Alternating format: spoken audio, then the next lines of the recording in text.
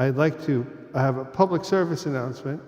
I went for coffee recently, and what I order is a cortado, which, if you know, is the same amount of coffee and milk, right? Well, this place told me that they couldn't make a cortado because someone complained about the cortado, so they took it off the menu. So they said to me, but you know what I can do? I can make you, and he starts poking on his computer, I can make you a cappuccino with an extra shot, half the milk and no foam. And I said, so a cortado? And he goes, no. And they made it. It was a cortado, but they took the cortado off the menu, just so that you know. Sometimes it takes a little creativity to get where you want to go, is all I'm saying, right? Amen. Hey, so we got some things going on. Social Action has got 3 things going on. Next Saturday, and today was the banned book event, right? Over there. I couldn't go, I was over there. How did that go? It still is going on. So if you want some books you shouldn't read, go right over there. And next week too. You know, I joked, I remember the Da Vinci Code, and the Roman Catholic Church came out and said, absolutely, do not read the Da Vinci Code. Didn't that just make you want to read the Da Vinci Code even more? Like, I don't understand why you ban books. We would not know about half of these books had someone not banned them. But read them. Next Saturday here, the Democratic Socialists are having a workshop where they are teaching about organizing. So that's next Saturday here at Westwood. And then the Saturday after that, we have the No Kings Rally, and we're organizing carpools because we understand that one of the things that makes it difficult to go to things like the No Kings Rally is getting there, getting back, so if that's a concern of yours, watch the e-blast for details, and you can go to the social action table in the gathering place. So if you're interested in any of that, that's all happening, coming right up. Yesterday we had our wonderful fellowship dinner. It was quite wonderful, quite a nice, and the room was full, and it was so beautiful. The Hodges aren't here this morning. They decorated the whole place, and that's probably why they're not here this morning. But but I'd like to ask Alejandra Posada to come and give us an announcement from the stewardship group. Thank you.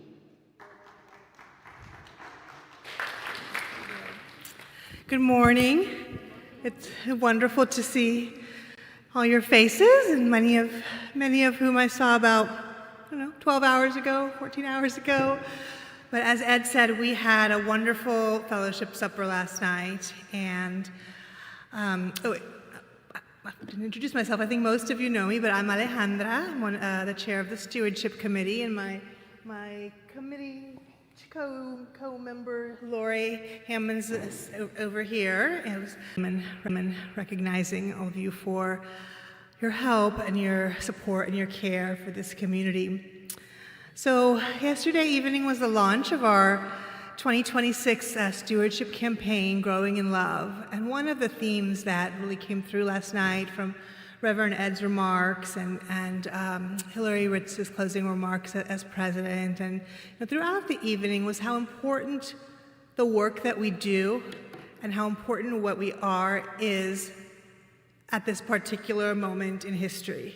Being a community who is growing in love, who is welcoming, who is open. That's kind of countercultural right now. That's resistance.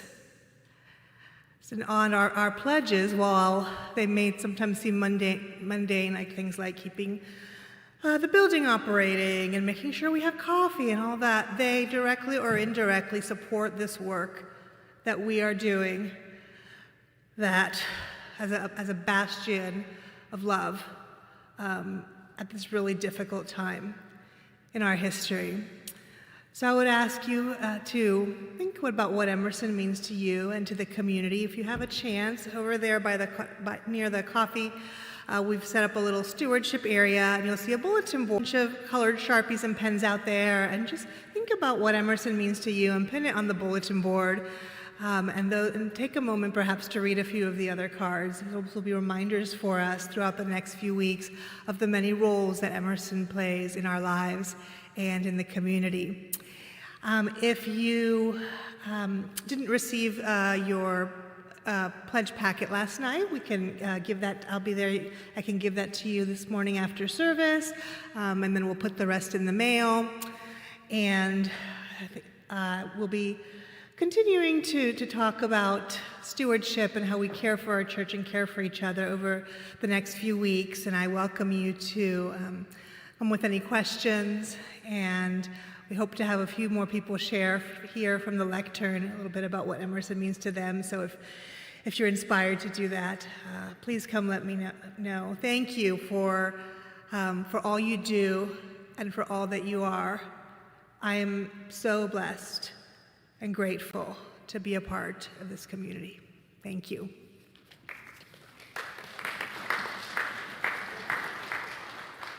So in addition to a wonderful fellowship dinner last night, last Sunday after services, we had, I think it was 8 people at the Exploring Emerson session.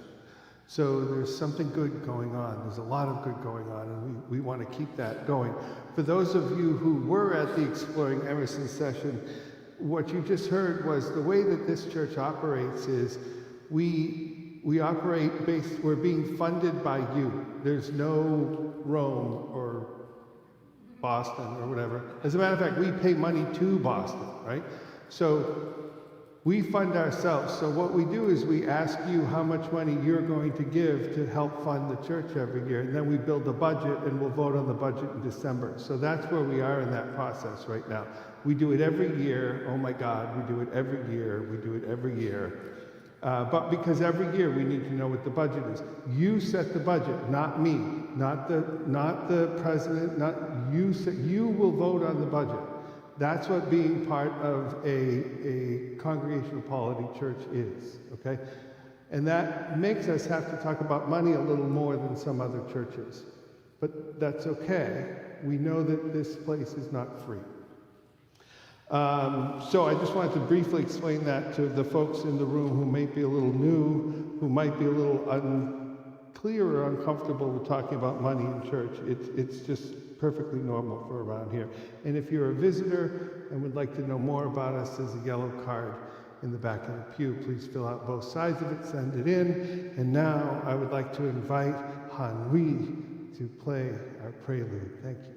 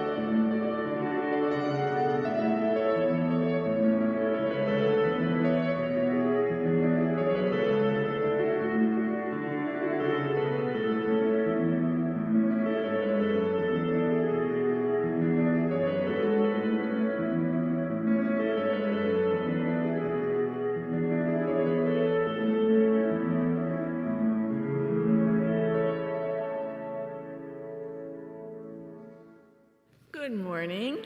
Good morning. I'm Jill Rose, and I am the worship associate this morning. So on my own behalf, I want to welcome you here today. As we gather in community, we look within ourselves and to each other for strength, restoration, and inspiration, so that as we journey together, we catch the spark of eternal spirit, and from that spark, we light our chalice flame. Lighting the chalice flame symbolizes to all that the spirit of our congregation is strong, and that our will to transform ourselves and the world is also strong. We light the flame with gratitude. We light the flame in memory of all who have gone on before, in honor of all those who are here now, and with joy for all of those who are yet to come. As Laurie Hammonds, as you heard earlier, cake baker extraordinaire, and co-chair of the Stewardship Committee, as Laurie Hammonds lights our chalice here in the sanctuary, I invite those of you joining us from home to light a candle or a chalice of your own. Assata Shakur, born Joanne Deborah Byron, was an American activist, revolutionary, fugitive, and member of the Black Liberation Army. She was the step-aunt and godmother of rapper Tupac Shakur. After being convicted of murder in 1977, she lived under political asylum in Cuba until her death late last month. Please join me in reading these words together as they appear on the screen. We need to be weapons of mass destruction, weapons of mass love. It's not enough to change the system. We need to change ourselves. As we work to create beloved community, we welcome all who would join us in building a better world with more love, more justice, and more peace. We welcome all who would join us in growing in mind, heart, and spirit. We welcome all those who would join us in tearing down systems of oppression of all kinds. We welcome all who would join their purposes to ours in a loving spirit of right relationship. Please join me in our welcoming words, and the words are on the screen. Whoever you are, wherever you come from, wherever you find yourself on your life's journey, whichever your pronouns, whether you've walked in or rolled in or dialed in, you are welcome here. And now we have our presentation of this week in Unitarian Universalist history with Richard Cummins. Thank you, Richard. Thank you, Jill. Good morning. From Frank Schulman's book, I picked a few items for this week in UU history. On October 30th, in 1755, John Marshall was born in Germantown, which is now Midland, Virginia. He fought in the Revolution and became a Unitarian and lawyer. He served as a delegate to the Virginia Convention to ratify the U.S. Constitution in 1788. President John Adams offered him a seat on the Supreme Court in 1798, but Marshall declined. However, he was elected to Congress, became Secretary of State under President Adams, and then was named Chief Justice of the U.S. Supreme Court in 1801. He issued many important opinions for the court, including Marbury versus Madison, 1803, which gave the Supreme Court the right to invalidate laws. Chief Justice Marshall wrote the 5-volume Life of George Washington, and he died on July 6, 1835. And on October 1st, in 1852, Eleanor Elizabeth Gordon was born in Hamilton, Illinois. She learned radical Unitarianism from her uncle, William Gordon, and read widely in Unitarian authors. She became an educator and teamed up with Mary Safford, Together, they organized the Unitarian Church in Hamilton, where Safford served as minister with Gordon as her assistant. The pair also served churches in Humboldt and Sioux City, Iowa. Gordon was ordained in Sioux City in 1889. She remained as minister there until 1896. She served churches in Burlington, Iowa, Fargo, North Dakota, Des Moines, Iowa, and Orlando, Florida. She was also the field secretary for the State Unitarian Conference of Iowa and edited and wrote for its newspaper, Old and New. She retired from the ministry in 1918, but remained active in church affairs and women's issues until her death on January 6, 1942. And one quick note, in 1881, on October 2nd, the first Unitarian church in Budapest, Hungary, was founded. Reverend Ed. Thank you, Richard. I love that weapons of mass construction. That was good. Who picked that? It is important that we acknowledge that our history is a shared and sometimes harmful one. Our congregation's buildings are situated on the home of the Karankawa and the Atakapa peoples, who, for at least 2,000 years before European settlers arrived, lived here peacefully and nearly brought about their end. May we recognize, uplift, and support Indigenous voices and communities in our work as a congregation. Each time we are gathered, we hear the words from one of our 6 sources of Unitarian Universalism. Today we hear the words of quite controversial writer and writer of many of those banned books, Henry Miller. Henry Miller was an American author who lived mostly in the 20th century. His most characteristic works were the novels The Tropic of Cancer, Black Spring, The Tropic of Capricorn, and the trilogy The Rosary Crucifixion. Right there, get you in trouble. All of which were banned in the United States until 1961. Go United States. Here are his words for your reflection this morning.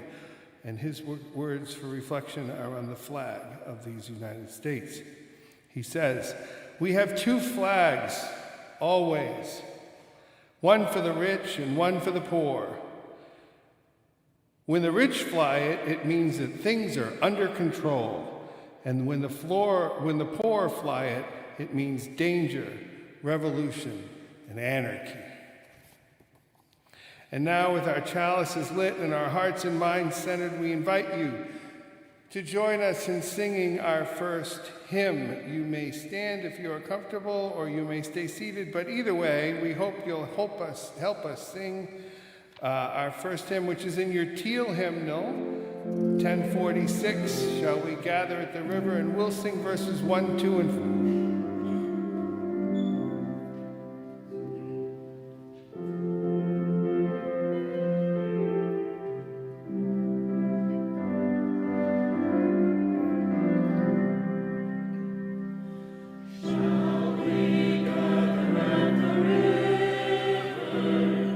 Forever.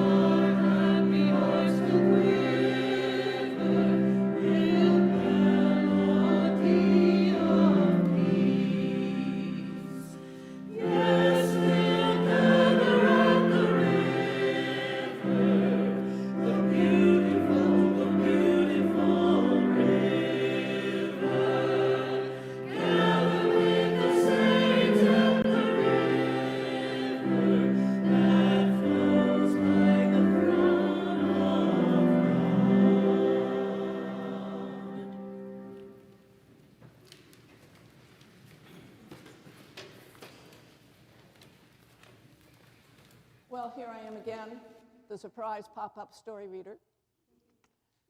Rev Ed asked me to see if I could find a book about the flag, and so he said this was fine. Once again, if there are any children here that would like to come and join me here at the chancel to sit on the steps, I'm kind of hope. If not, I will read the story from the lectern. Okay, we've got a lot of cowards today because I was going to ask people. Oh, okay, not going to have cowards, good. I was going to ask them to help me a little bit with what they see for the book today, because I'm not going to be able to show you all the wonderful pictures. So it's going to be easy. Well, this will work. Just fine, thank you, thank you, thank you. Okay, I thought this was a wonderful book. It's called F is for Flag. And once I would like to make sure everybody can at least see the cover, because the cover is important. Anybody have any thoughts why I think the cover might be important? Yeah. I'm sorry? The people on it, and what makes the people important? Yeah, lots of different kinds of people. So if it were easier, I would be able to show you that on each page there are lots of different kinds of people doing lots of different kinds of things. And it's wonderful illustrations, folks. This is largely for younger people, but it's got great pictures. F is for flag, our flag. Am I still there? Yes. Seeing it waving in the wind, just like a hand waving hello. Our flag is everywhere, at the library, in the park, even on letters we send. We see our flag near and far, at school, on ships, I have to keep my chin down. We see our flag in happy times and sad times. Our flag is so many places because we are proud of it.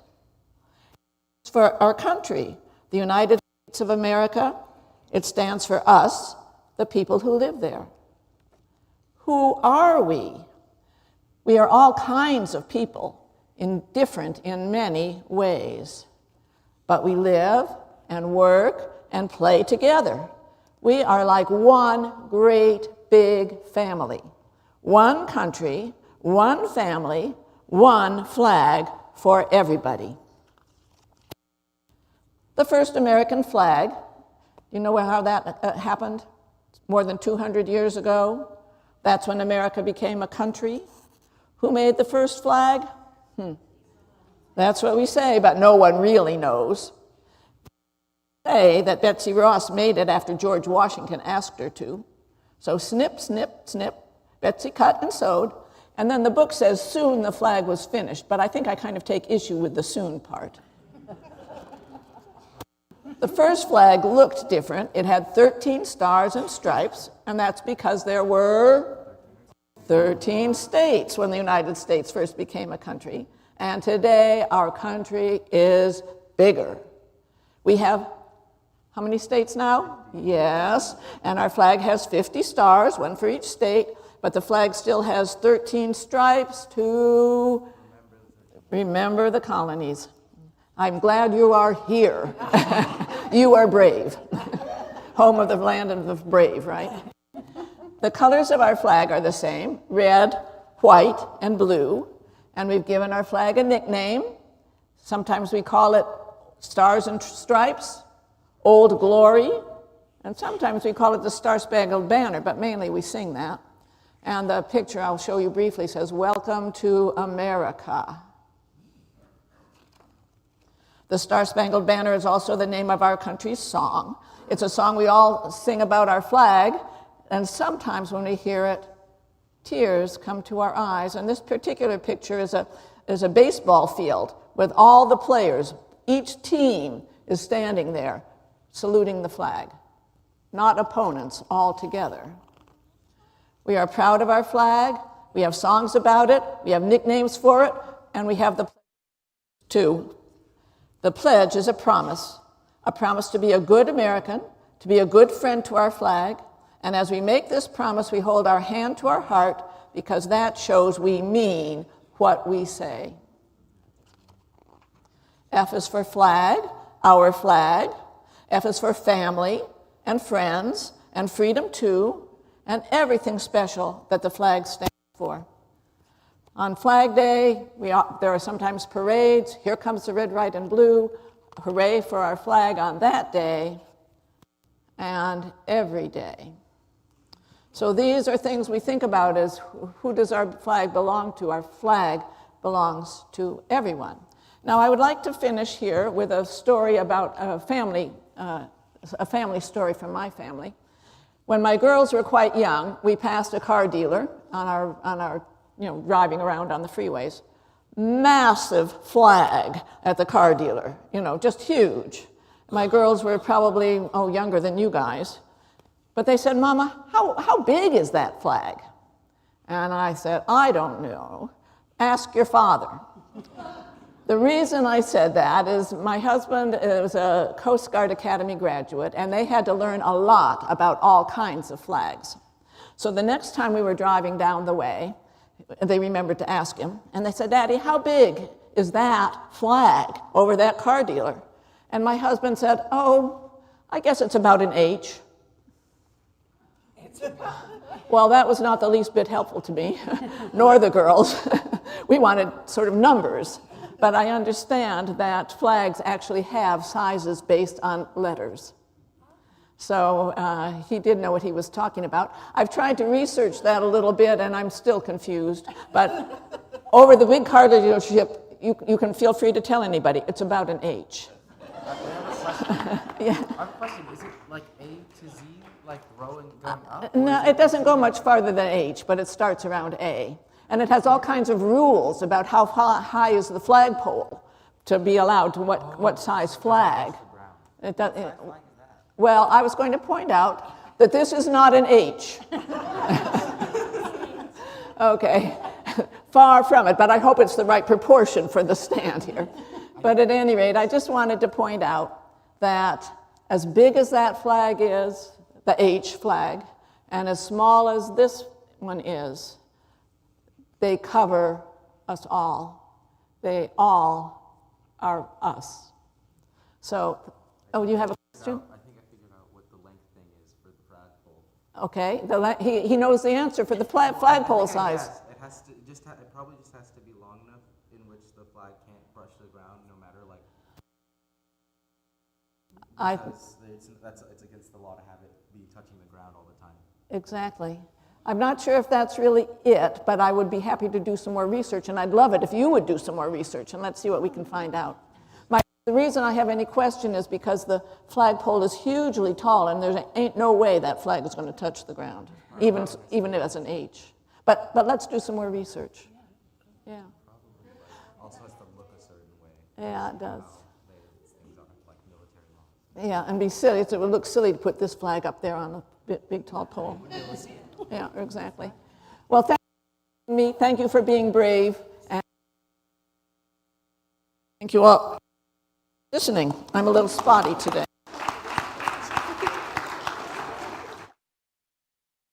I would invite you all to head to your classes as you're ready. Thank you, Jill. I appreciate that. Emerson collects an offering each week like other churches do, but this offering does not go to support our church.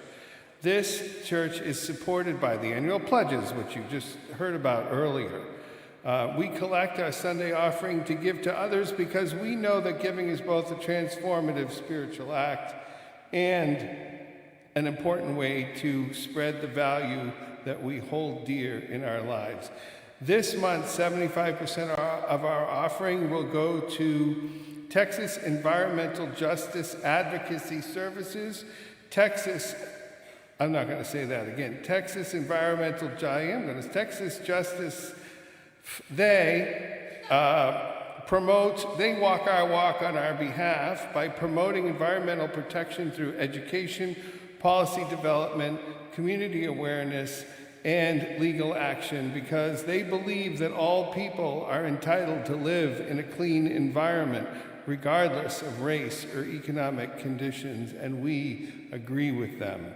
The remaining 25% will go to our wonderful community partner, Interfaith Ministries, who runs the local one of the local Meals on Wheels programs, and that program donates meals to thousands of Houston's homebound seniors each and every day, something we would love to do ourselves if we could, but we can't. So we give our money to them, and they do it on our behalf.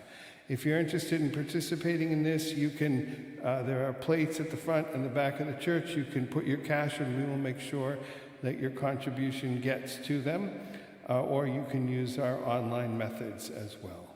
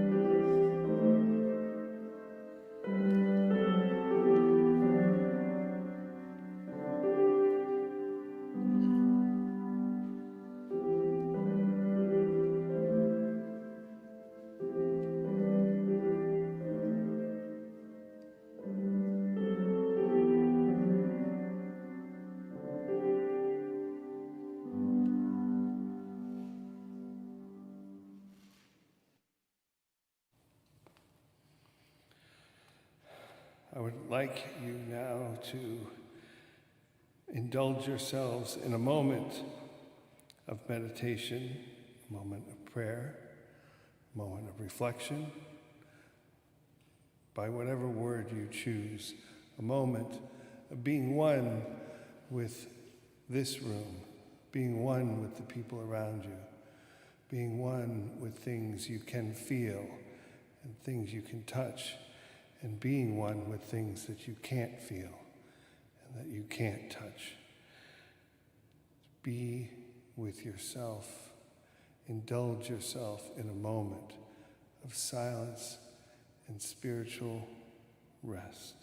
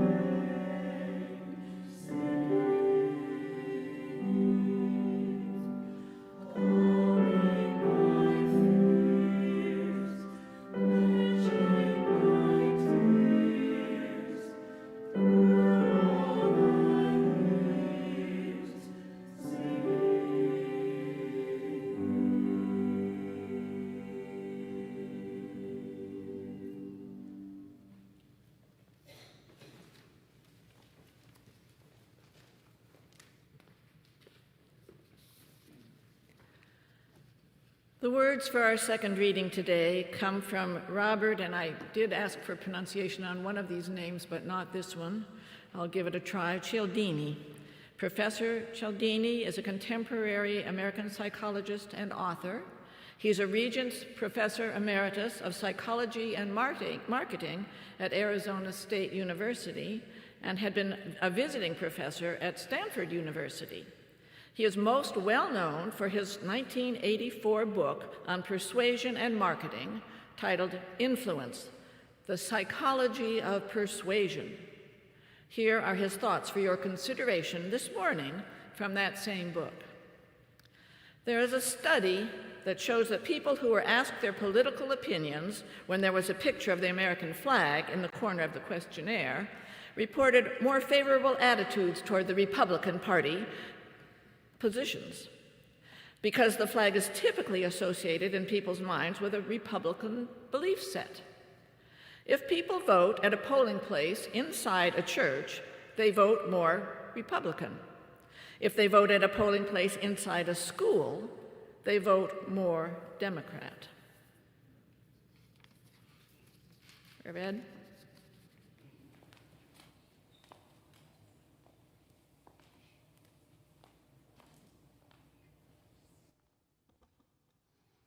I'm going to talk from out here today. I don't know why. I'd like to start by saying, I pledge allegiance to the flag of the United States of America and to the republic for which it stands, one nation, under God, indivisible, with liberty and justice for all. That is the first time I've said that end to end since the 3rd grade.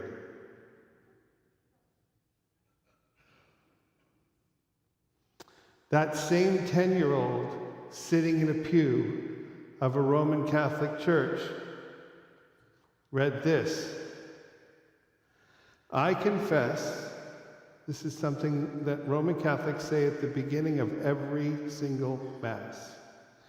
I confess to Almighty God and to you, my brothers and sisters, that I have greatly sinned in my thoughts, in my words, in what I have done, and in what I have failed to do, through my fault, through my most grievous fault.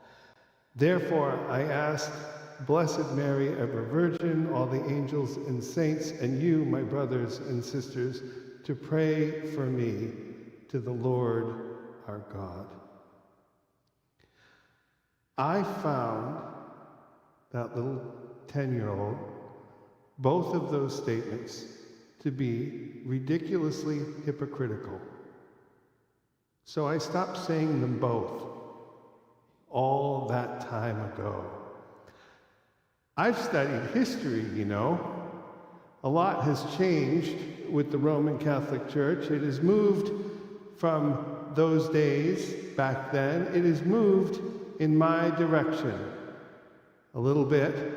And despite me having drifted off of it, I find myself having moved in its direction a little bit too. Pope Francis had his, what I call his 5 magical words. Who am I to judge? Did you remember that? You remember seeing that? A pope said that. How am I to judge? That's when I felt the Roman Catholic Church coming back my way a little bit. I don't feel like I had moved, but I felt the church was beginning to recognize its sins, which was a big deal for me. Why was it all on me to recognize my sins? What about yours? I have sinned. The word is, I have sinned greatly I'm 10 years old. I don't feel like I've sinned greatly. I remember going to confessional, having to drum up a couple things. I'm not saying I'm perfect, but I'm looking at the history of the Roman Catholic Church going, what about you? Unless you feel like this is an advertisement for the Roman Catholic Church, let me tell you that what I found most remarkable about the 5 magic words is that it moved the Roman Catholic Church toward Unitarian Universalism in a way that was remarkable for me. Our values, interdependence, pluralism, justice, generosity, transformation, and equity. Who am I to judge? Before this, when I looked at things having to do with the Roman Catholic Church, I got a cold, chilling feeling about it. It bothered me. It bothered me that some of my beloved family, who are probably watching right now, feel it, and we're in it, and I worried about them. But now that chill is melting, and I feel hope for a world if that church can continue. And I was so interested in the election of the new pope because they had a chance to do an about-face, and they did. It was a very important election, and it was important for me. Because whether we like it or not, we Unitarian Universalists, we will never have the influence that the Roman Catholic Church has. It's got 10,000 high schools, 95 or 100 universities, 5,000 hospitals with 1 million hospital beds in it. We don't have any of those. The influence is them. So seeing them moving back toward us is so heartwarming. But let's go back to that 10-year-old boy in Mrs. Pinard's 3rd grade class, writing out the Pledge of Allegiance. Mrs. Pinard, what does it mean to pledge allegiance? It means that you are willing to die for your country.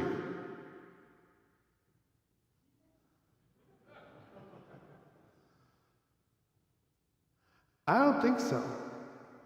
I'm 10. Why do I have to pledge? What? It seems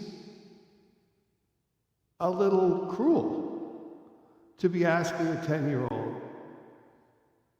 It seems a little unfair. It seems to be asking a lot. And I wonder to myself, who exactly is asking this of me? And I had studied history, and I knew that we didn't have a great one.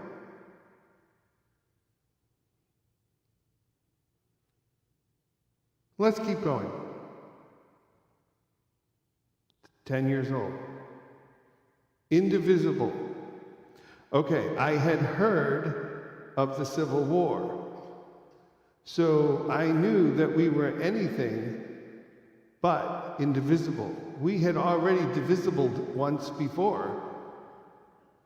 Maybe if instead of saying one nation under God, indivisible, we would have said one nation under God, promising not to divide again, okay, I can buy that. But this whole mythology around us being indivisible is just not true. And then we get to the part that's absolutely, positively not true. With liberty and justice for all. I'm 10, and I see right through that. I'm 10, I live in a place where there are no people of color. I live in New Hampshire in the 70s. And I knew that that was not true. So I started to feel like the Pledge of Allegiance was a little bit more of a marketing thing than it was truth.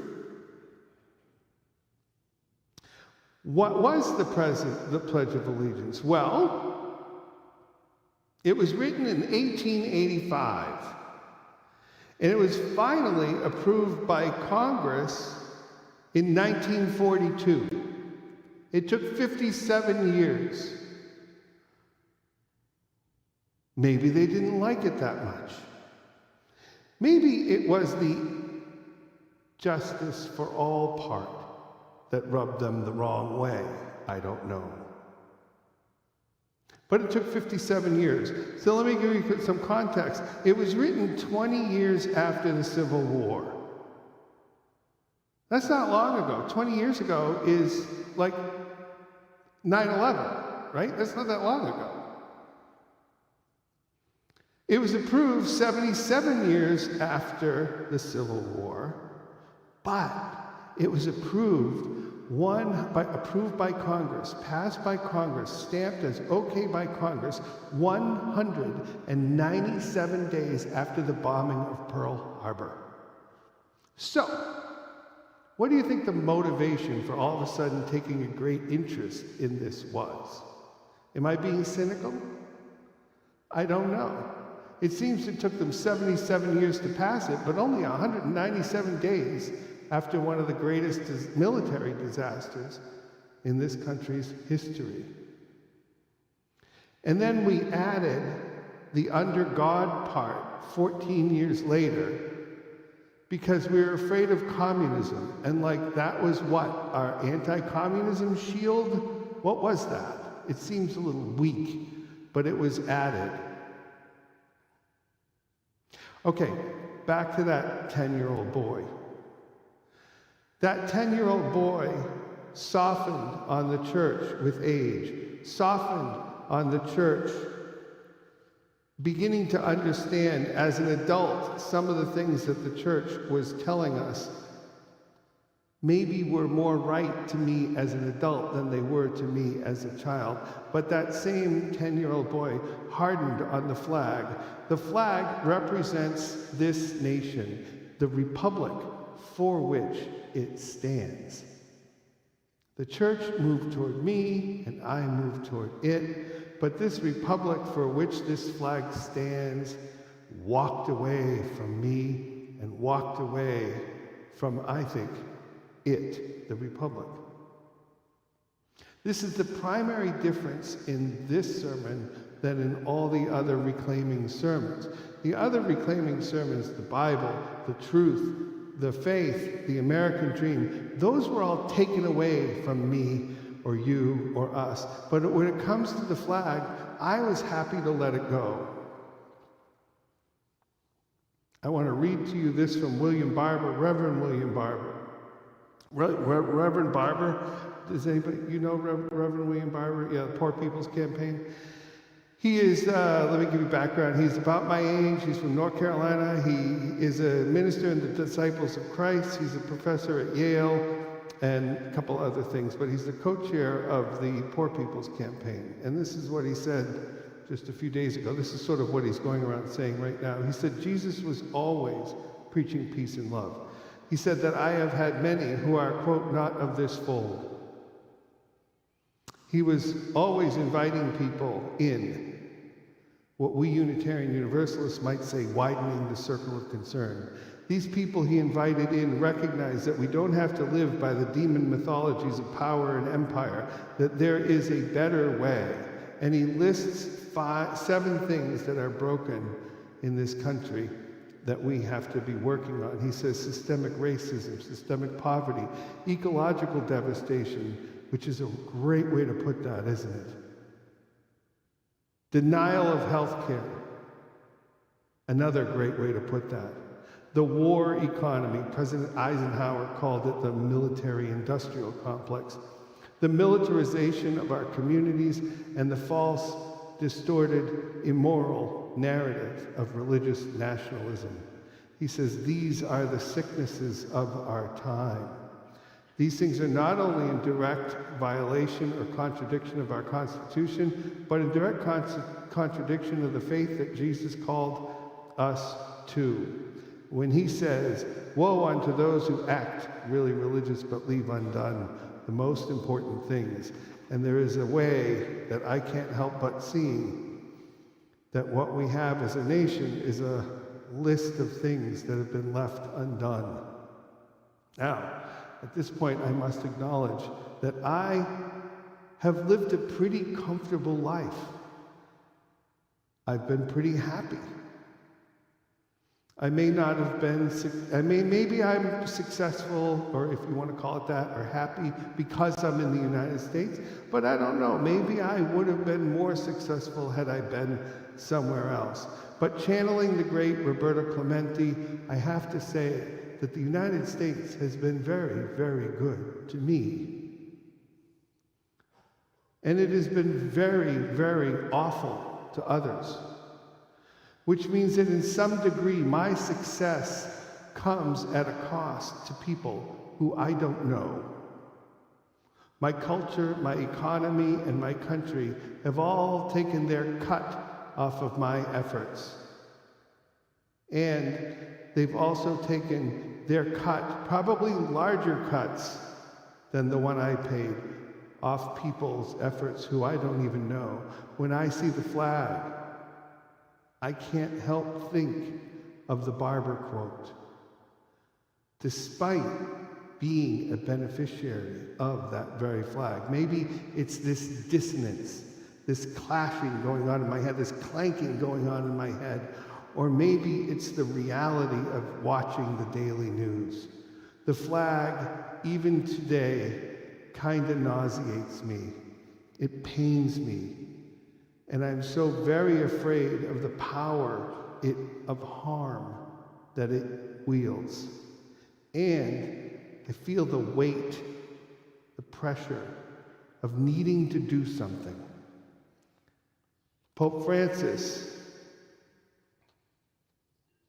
was the paradigm shift for my relationship with the Roman Catholic Church, and I need a paradigm shift for my relationship with this republic for which it stands.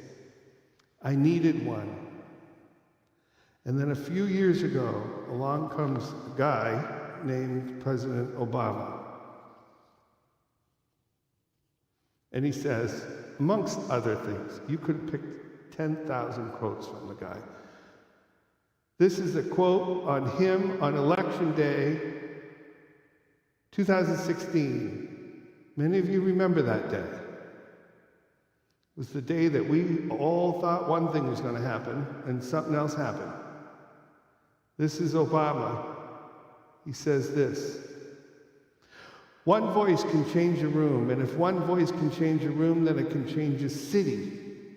And if it can change a city, then it can change a state. And if it can change a state, then it can change a nation. And if it can change a nation, then it can change the world. And I thought to myself, I said, as long as that's true, I have a choice to make. Just as I re-embraced the Roman Catholic Church, even though it's not entirely for me, sorry to my family who's watching, as the republic for which it stands moves away from me,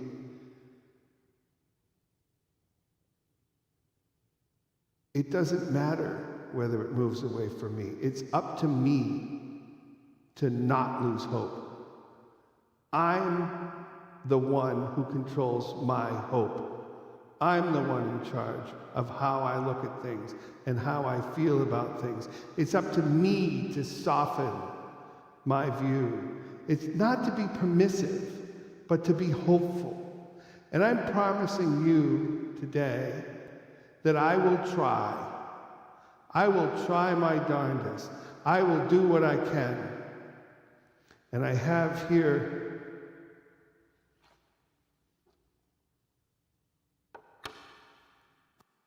I think we should just leave that there for a while, maybe over here, to remind me that I need to try. I need to focus my efforts and try. And maybe we'll invite him. You may be looking at me saying, he's weird. He has a President Obama bobblehead. He does, but wait.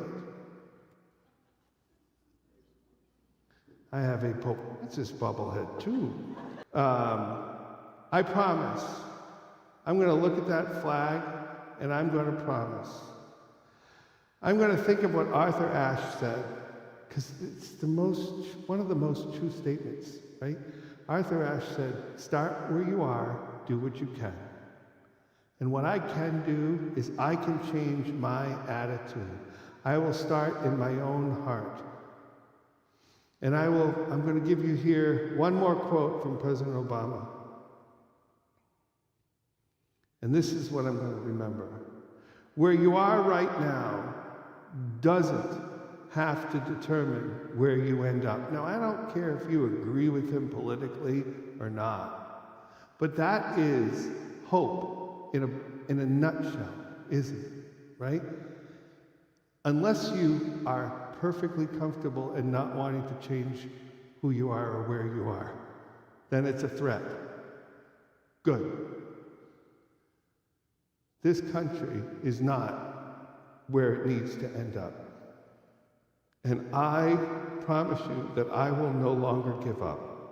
And when I see our United States flag, I will remember that one simple truth, that this isn't where we have to give up.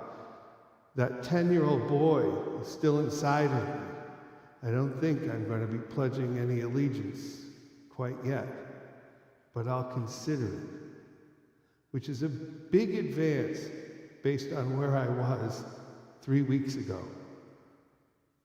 About 20 minutes ago, I had never said it since the third grade. And I said, you know what I'm going to do? I'm going to start. And I don't know whether I feel good about it or not. But America, I promise you, despite my better judgment, I promise to take one step in your direction. Now, America, it's your move. Please, Lord, one step, just one step. Amen. Now, I would invite you to stand as you are comfortable or stay seated, but just help us sing our second hymn.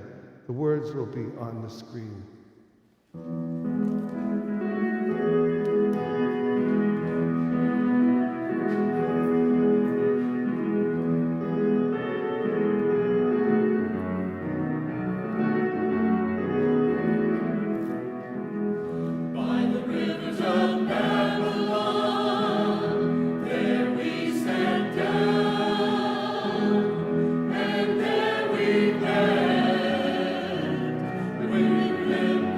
Zion.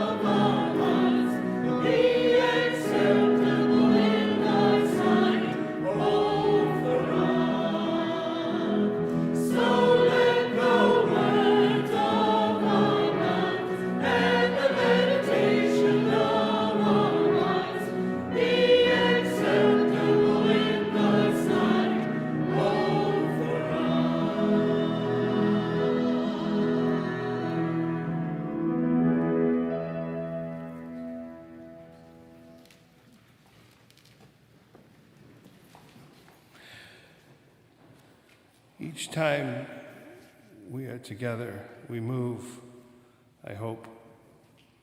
We move with the words that we hear, we move with the music that we hear, we move with the light of the chalice, which, like us, flickers and flutters, moving constantly and yet tethered to its source. We extinguish this chalice now not as a symbolic ritual, but as a practical one. We do this because we carry the flickering, fluttering light of this chalice and of this congregation with us. We carry it for those who are here with us now, for those who are not with us today, and for those who left this community long ago never to return, and for those who have yet to arrive. And I invite Lori to come and extinguish our... Okay. We are grateful for your presence this